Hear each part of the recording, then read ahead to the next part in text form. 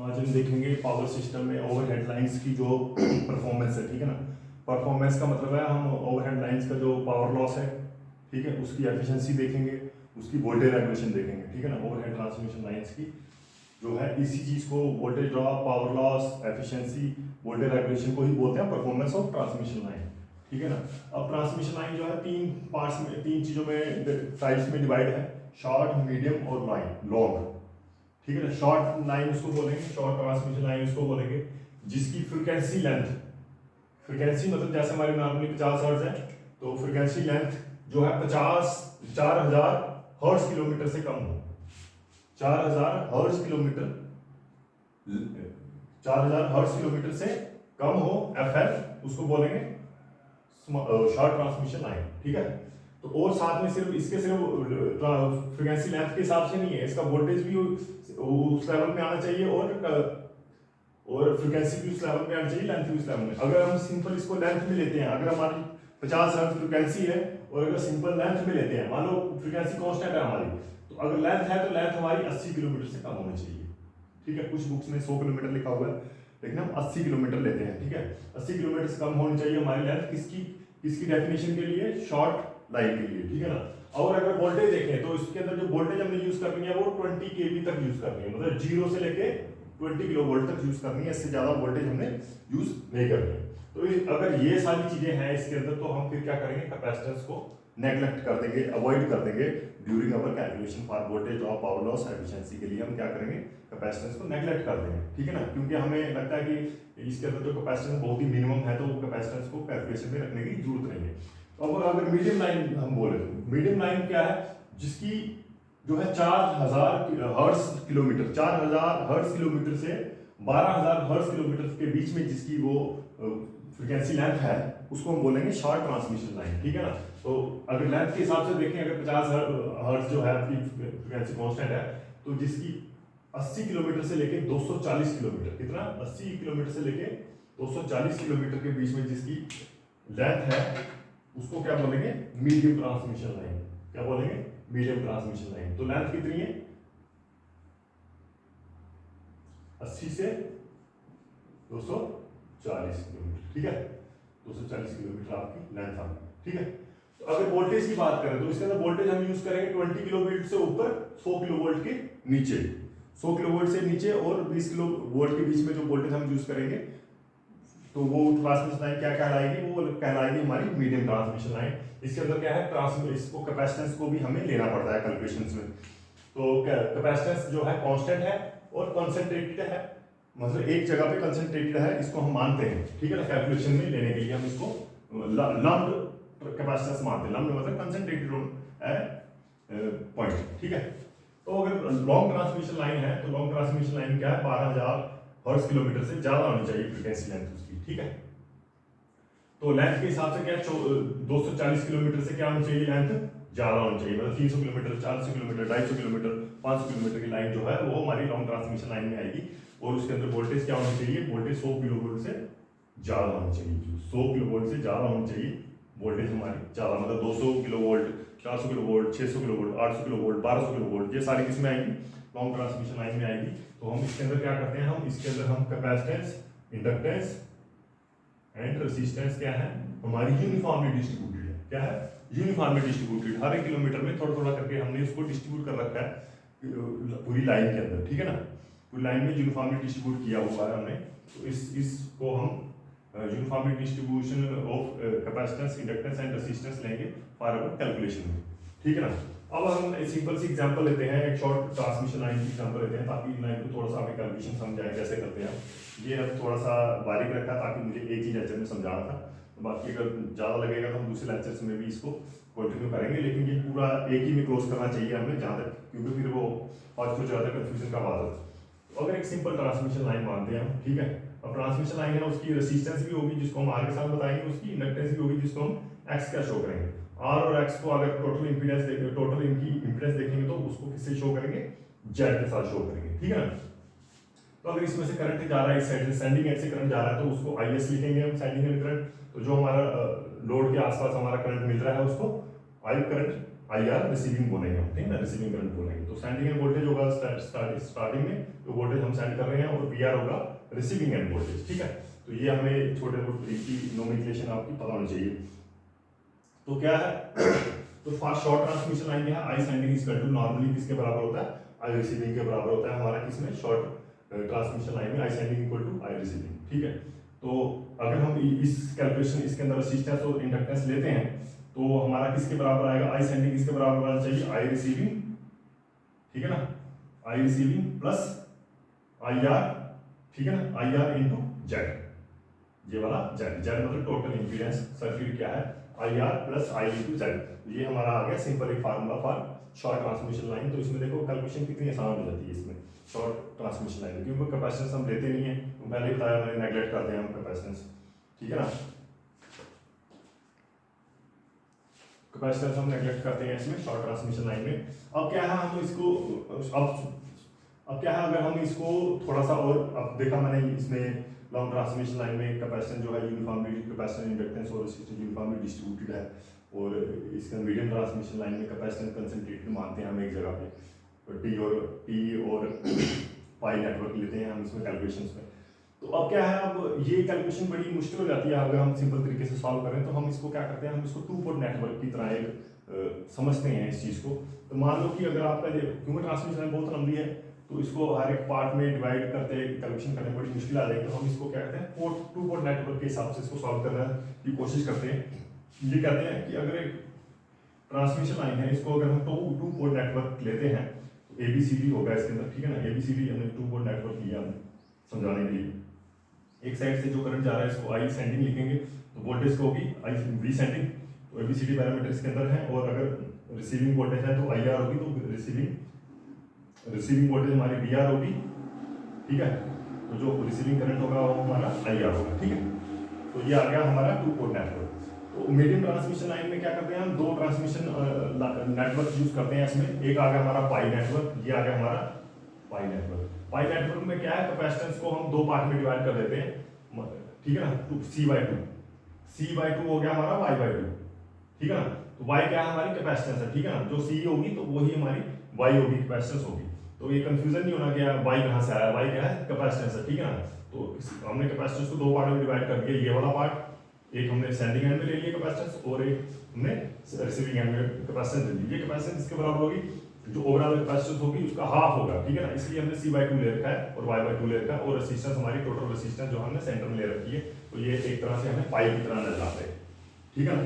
और medium line को हम एक T नेटवर्क की तरह भी यूज कर सकते हैं फॉर कैलकुलेशंस। हम उसमें क्या करेंगे, जो हमारा R और L को है उनको अलग अलग डिवाइड T नेटवर्क में ले लेंगे, और C को हमने सिंगल नेटवर्क, इसमें C डिवाइड कर रहे थे 1/2 के साथ, इसके अंदर C हमारा क्या है, सिंगल एक जगह पे कॉन्सेंट्रेटेड है T की तरह, ठीक है। और R और L को हमने डिवाइड कर रखा R/2 और L/2, इस साइड भी R/2 और L/2 हो जाएगा, ठीक है ना। तो अगर इन दोनों को हम R और L एक साइड में है, तो इनको हम Z/2 भी ले सकते हैं। Z क्या है, ओवरऑल इंपीडेंस, ये वाला Z ओवरऑल इंपीडेंस है। जब हमने R को डिवाइड भी हाफ के साथ कर दिया, L को भी कर दिया, तो हम इसको Z/2 ले सकते हैं, इसको भी Z/2 ले सकते हैं, ठीक है ना। तो ये हमारा पाई और T नेटवर्क की तरह हमारा हो गया। तो पाई और T नेटवर्क में इसमें क्या था, C/2, और इसमें क्या है, R/2 और L/2 यूज कर रहे हैं हम, मतलब Z/2 यूज कर रहे हैं।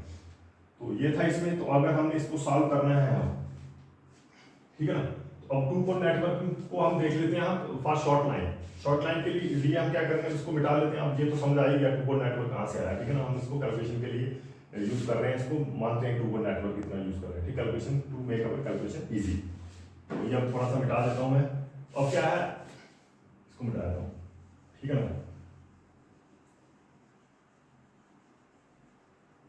चलो अब शॉर्ट लाइन लेते हैं। शॉर्ट लाइन में क्या है, शॉर्ट लाइन को टू पोर्ट नेटवर्क के साथ अगर डिराइव करेंगे इक्वेशन, तो हमारी ये वाली आएगी, ठीक है ना। मैट्रिक्स फॉर्म में अगर बनाएंगे इसको, तो BIS = ABCD BR और IR, ठीक है ना। टू पोर्ट नेटवर्क के हिसाब से इसको आसान हो जाता है सॉल्व करना, BR IR।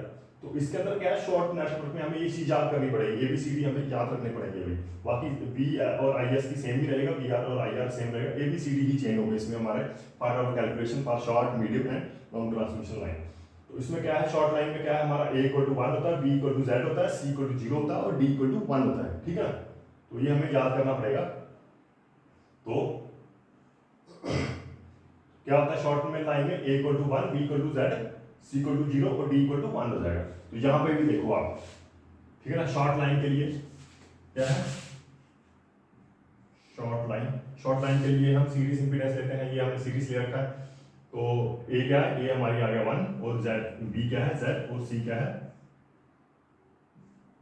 0 और D क्या है 1, ठीक है ना। तो ये हमें याद करना पड़ेगा हमारा पूरा का पूरा इसको सिस्टम, अगर हमने सॉल्व करना है, अगर कोई पूछता है मीडियम के लिए क्या है तो हमें दे दिया जाएगा पैरामीटर्स, तो हमने ये ABCD यूज करने हैं हमारे, ठीक है ना। तो अब अगर हमने नॉमिनल T नेटवर्क हमने यूज करना है, T नेटवर्क में मैंने बताया जो है हमारा R L R/2 L/2 L/2 R/2 और कंसंट्रेट था हमारा, ठीक है ना। तो ये था हमारा T नेटवर्क के लिए, किसके लिए, T नेटवर्क। तो T नेटवर्क के लिए क्या है हमारा, A है हमारा 1 प्लस 1/2 YZ, Y आपको पता है कैपेसिटेंस है, ठीक है ना। Z क्या आ गया हमारा इम्पीडेंस आ गया टोटल, तो B क्या है इसमें Z equal to 1 Z bracket 1 plus 1/4 YZ का होल स्क्वायर, ठीक, होल ब्रैकेट क्लोज, ठीक है ना। तो C क्या है हमारा, C हमारा Y के बराबर है, तो D क्या है Z bracket close bracket into 1 plus 1/2 YZ bracket close, ठीक है। तो ये इसके हमारे कैलकुलेशंस हैं। अब लॉन्ग ट्रांसमिशन में देखो, अब लॉन्ग ट्रांसमिशन में क्या है, जैसे ये नेटवर्क है हम इसको छोटे छोटे पार्ट्स में डिवाइड कर देते हैं, ठीक है ना। तो छोटे छोटे पार्ट्स में डिवाइड करेंगे तो हम उसमें हमारी ये है ABCD चेंज हो जाएगा। तो ABCD क्या है, इसमें डिस्ट्रीब्यूटेड पैरामीटर लेते हैं RLC के, ठीक है ना, ZC। तो इसके अंदर क्या होगा, A होगा हमारा cos RL, B क्या होगा ZC क्या कैरेक्टरिस्टिक इंपीडेंस, ठीक है ना।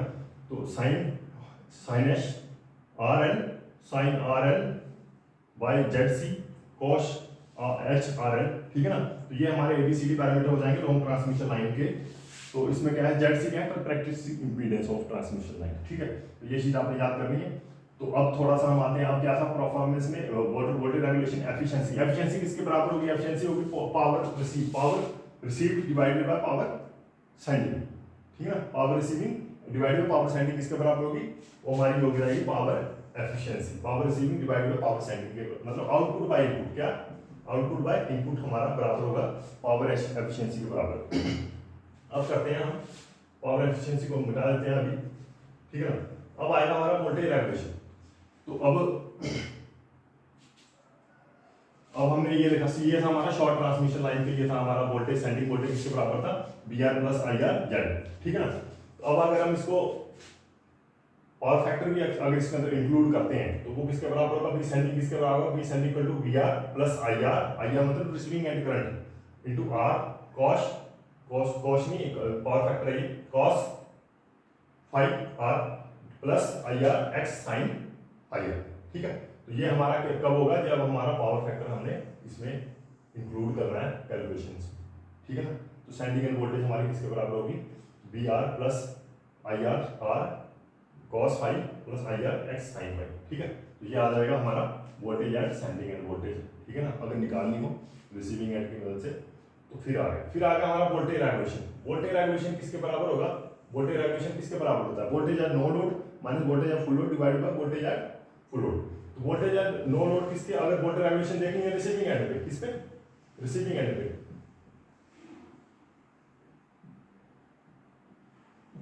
तो voltage at no load minus voltage at full load divided voltage at full load, ये भी लिखा हुआ मैंने, voltage at no load VR dash, voltage at VR क्या है, voltage at full load at receiving end, ठीक है ना, रिसीविंग एंड, ठीक है। तो ये आ गया हमारा वोल्टेज रेगुलेशन, ठीक है ना। वोल्टेज देख लेनी है हमने, voltage at no load minus voltage at full load divided voltage at full load, ये भी आ गया। तो अगर हम इसको हमने इसको फार्मूले में हमने डायरेक्ट देखना है इसकी वोल्टेज रेगुलेशन, तो वो आएगी हमारी वोल्टेज रेगुलेशन किसके बराबर आएगी, IR R cos 5 plus minus IR sin 5 divide by VR, ठीक है ना। VR आएगा वोल्टेज एट रिसीविंग एंड, ठीक है। तो IR R cos 5 plus minus, आप बोलो प्लस माइनस कहां से आया, प्लस हम तब लेंगे अगर हमारा लैगिंग पावर फैक्टर है, प्लस कब लेंगे जब हमारा लैगिंग पावर फैक्टर था प्लस लेना, अगर लीडिंग पावर फैक्टर है तो इसको क्या लेना, माइनस लेना, ठीक है ना। मान लो लैगिंग पावर फैक्टर में हमने वोल्टेज रेगुलेशन देखनी है तो हमने क्या लेना है, इसको प्लस ले लेना है, ठीक है ना। IR cos 5 plus IR sin 5 divided by VR। अगर हमारा लीडिंग पावर फैक्टर तो हमने इसको क्या लेना है, माइनस ले लेना है, ठीक है ना। लीडिंग पावर फैक्टर में क्या लेना, माइनस ले लेना हमने इसको वोल्टेज रेगुलेशन को। तो अब क्या है, अब कोई बोले कि वोल्टेज रेगुलेशन सबसे ज्यादा कब होगी, वोल्टेज रेगुलेशन हमारी ज्यादा कब होगी, ये होगी लैगिंग पावर फैक्टर में हमारी वोल्टेज रेगुलेशन सबसे ज्यादा होगी। तो वो कब होगी, वो होगी हमारी जब फाई किसके बराबर होगा, फाई होगा थीटा के बराबर। तो थीटा किसके बराबर होना चाहिए, tan inverse r by x।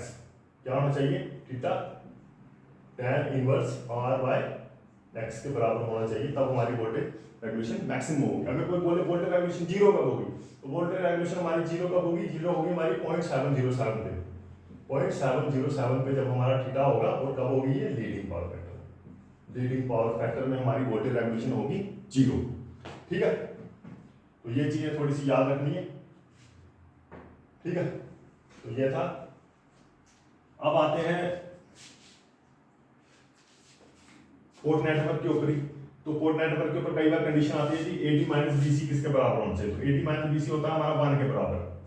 ठीक है, ये वाला पूछते हैं। तो अगर हम इस इनको सॉल्व करेंगे, BS और IS को सॉल्व करेंगे, तो BS किसके बराबर आएगी, B into BR, A into BR plus B into IR। तो ये आ गई BS equal to ABR plus BIR, और IS किसके बराबर आएगी, तो CBR प्लस DIR। तो ठीक है ना, जब आपने ये मैट्रिक जान किया तो उसके बाद आपकी ये सारी चीजें निकल जाएंगी ऑटोमेटिकली। तो ये था हमारा परफॉर्मेंस ऑफ ट्रांसमिशन लाइन, जो समझने में बहुत मुश्किल आता है लोगों को, लेकिन इतना मुश्किल है नहीं, और थोड़ा सा आपने याद रखनी है चीजें। ठीक है ना, फिर से रिपीट करता हूँ, रिविजन करवाते हैं थोड़ी सी।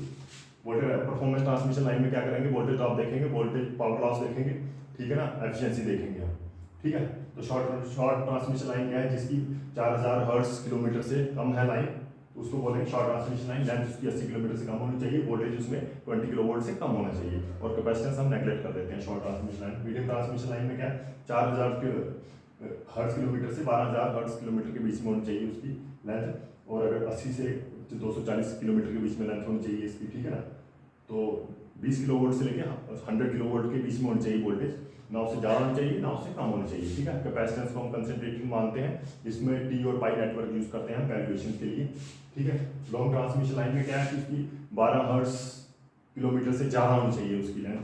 ठीक है ना, तो अगर हम सिंपल अगर फ्रिक्वेंसी को कांस्टेंट मानते हैं 50 हर्ट्ज, तो उसकी लेंथ क्या है 240 किलोमीटर से ज़्यादा होनी चाहिए, और वोल्टेज कितनी होनी चाहिए 100 किलोवोल्ट से ज़्यादा यूज़ करनी, 100 किलोवोल्ट से ज़्यादा वोल्टेज यूज़ करनी है। ठीक है, तो उसके अंदर क्या है, हम C, R और L को हम यूनिफॉर्मली डिस्ट्रीब्यूट कर देते हैं पूरी ओवर दी फुल लाइन। ठीक है ना, तो फिर उसके हिसाब से हम इसको कैलकुलेशन करते हैं। तो शॉर्ट ट्रांसमिशन लाइन को हम देखते हैं कि इसमें सीरीज इंपीडेंस लेते हैं, R और L C सीरीज में है, कैपेसिटेंस को नेगलेक्ट कर देते हैं। तो BS क्या है, हमने BS और VR बता दिया, सेंडिंग एंड और receiving end voltage, sending end current और रिसीविंग एंड वोल्टेज। तो इसके अंदर I sending equal to I receiving होता है नॉर्मली, तो B receiving equal to VR plus IR Z। कोई अगर पूछे कि सिंपल B सेंडिंग क्या है, तो हम ये वाला फार्मूला लगाएंगे इसके अंदर। ठीक है ना, तो कैपेसिटेंस को नेगलेक्ट करते हैं, तो पावर फैक्टर को इसको ज़्यादा नहीं यूज़ करेंगे इसमें शॉर्ट लाइन में। ठीक है ना, तो इसके अंदर अगर ABCD बोल तो A इक्वल टू 1 होता है, B इक्वल टू ABCD कब आएगा, अगर हम पूरी लाइन को हम टू पोर्ट नेटवर्क की तरह मानते हैं, तो फिर हम ABCD की तरह हम इसको यूज़ करते हैं। तो इसके अंदर शॉर्ट ट्रांसमिशन लाइन में A की वैल्यू 1 होगी, B की वैल्यू Z होगी, C की वैल्यू 0 और D की वैल्यू 1 होगी। तो ये हमारा ये आ गया हमारा ABCD पैरामीटर की टू पोर्ट नेटवर्क की इक्वेशन, जो हम पूरे कैलकुलेशन में यूज़ करेंगे। शॉर्ट, मीडियम और लॉन्ग ट्रांसमिशन लाइन में हम यही फार्मूला यूज़ करेंगे। तो यहीं से हमारा ये आया, ये VS इक्वल टू IS, वहीं से आया हमारा ये मीडियम लाइन और लॉन्ग ट्रांसमिशन में भी यही फार्मूला यूज़ करेंगे हम।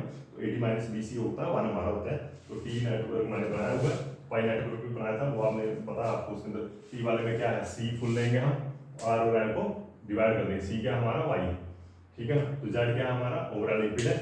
तो ठीक है, ये आ गया हमारा टू पोर्ट नेटवर्क बता दिया मैंने। ठीक है ना, इसको टू पोर्ट नेटवर्क की तरह यूज़ करेंगे। तो वोल्टेज रेगुलेशन अगर हमने निकालनी है, तो मीडियम और लॉन्ग ट्रांसमिशन लाइन के लिए वोल्टेज सेंडिंग एंड वोल्टेज किसके बराबर होगी, VR plus IR, R cos phi plus IR X sin phi के बराबर होगी। अगर ठीक है ना, जैसा सेंडिंग एंड वोल्टेज है। वोल्टेज रेगुलेशन पूछते हैं, वोल्टेज रेगुलेशन क्या है, VR at no load, VR dash, ठीक है ना, जिसको VR डैश बोल देंगे, voltage no load minus voltage at full load divided voltage at full load. तो वोल्टेज रेगुलेशन आ जाएगी हमारी इससे। तो अगर फार्मूला चाहिए हमें, तो डायरेक्ट फार्मूला चाहिए, जब हमें करंट और रेसिस्टेंस पता है, उसमें हमने ये वाला फार्मूला यूज करना है वोल्टेज रेगुलेशन का, IR इंटू R रेसिस्टेंस मतलब cos phi plus minus IR sin phi I phi बाय IR। तो प्लस का हम यूज करना है जब हमारा लैगिंग पावर फैक्टर है। ठीक है ना। तो माइनस का यूज करना आप जब लीडिंग पावर फैक्टर है। तो मैक्सिमम वोल्टेज रेगुलेशन कब होगी? मैक्सिमम वोल्टेज रेगुलेशन होगी जब फाई इक्वल टू थीटा होगा। थीटा किसके बराबर होना चाहिए? tan inverse R by X के बराबर होना चाहिए। यहाँ पे भी लिखा हुआ है tan inverse R by X के बराबर होना चाहिए, तब हमारी वोल्टेज रेगुलेशन मैक्सिमम होगी। और अगर कोई बोलता है कि वोल्टेज रेगुलेशन जीरो होनी चाहिए, तो कब होगी हमारी वोल्टेज रेगुलेशन जीरो? तो वोल्टेज रेगुलेशन जीरो होगी हमारी 0.707 एट लीडिंग पावर फैक्टर, ठीक है। जब थीटा हमारा 0.707 के बराबर होगा एट लीडिंग पावर फैक्टर पे हमारी वोल्टेज रेगुलेशन जीरो होगी। तो ये वाला हमारा इधर ही हो गया कंप्लीट, ठीक है। तो उसके बाद अगर हमने अब बहुत सारी कैलकुलेशन करनी है तो उसमें क्या करना पड़ेगा? हमें ABCD पैरामीटर रखने पड़ेंगे। तो रखने पड़ेंगे तो शॉर्ट लाइन में बताया इक्वल टू 1 है। शॉर्ट लाइन में सीरीज इंपीडेंस लेते हैं, मीडियम में नॉमिनल T और पाई नेटवर्क लेते हैं, और लॉन्ग में हम डिस्ट्रीब्यूटिव पैरामीटर लेते हैं, ठीक है ना। तो शॉर्ट वाले में A इक्वल टू 1 होता है, B इक्वल टू Z होता है, C इक्वल टू 0 होता है, D इक्वल टू 1 होता है। ये याद करने पड़ेंगे आप। तो अगर T नेटवर्क ले रहे हैं मीडियम लाइन का, तो T नेटवर्क में A किसके बराबर होगा? 1 प्लस 1, A किसके बराबर है? 1 प्लस 1/2 YZ, और B किसके बराबर है? Z के बराबर। C किसके बराबर है? Z इंटू 1 प्लस 1/4 YZ, और D किसके बराबर? Z इंटू 1 प्लस 1/2 YZ, ठीक है ना। Y क्या है? कैपेसिटेंस। Z क्या है? इंपीडेंस, ठीक है। तो ऐसे ही T नेटवर्क का दिया हुआ, हमने लॉन्ग ट्रांसमिशन लाइन में डिस्ट्रीब्यूटेड नेटवर्क यूज करते हैं। तो cos RL ZC क्या है? Characteristic impedance of line. sin H RL sin RL L बाय ZC characteristic impedance sin H RL, ठीक है। तो ये था हमारा performance parameter of transmission line. तो आज के लिए इतना ही, बाकी अगले वीडियो में देखेंगे हम क्या करना है, ठीक है।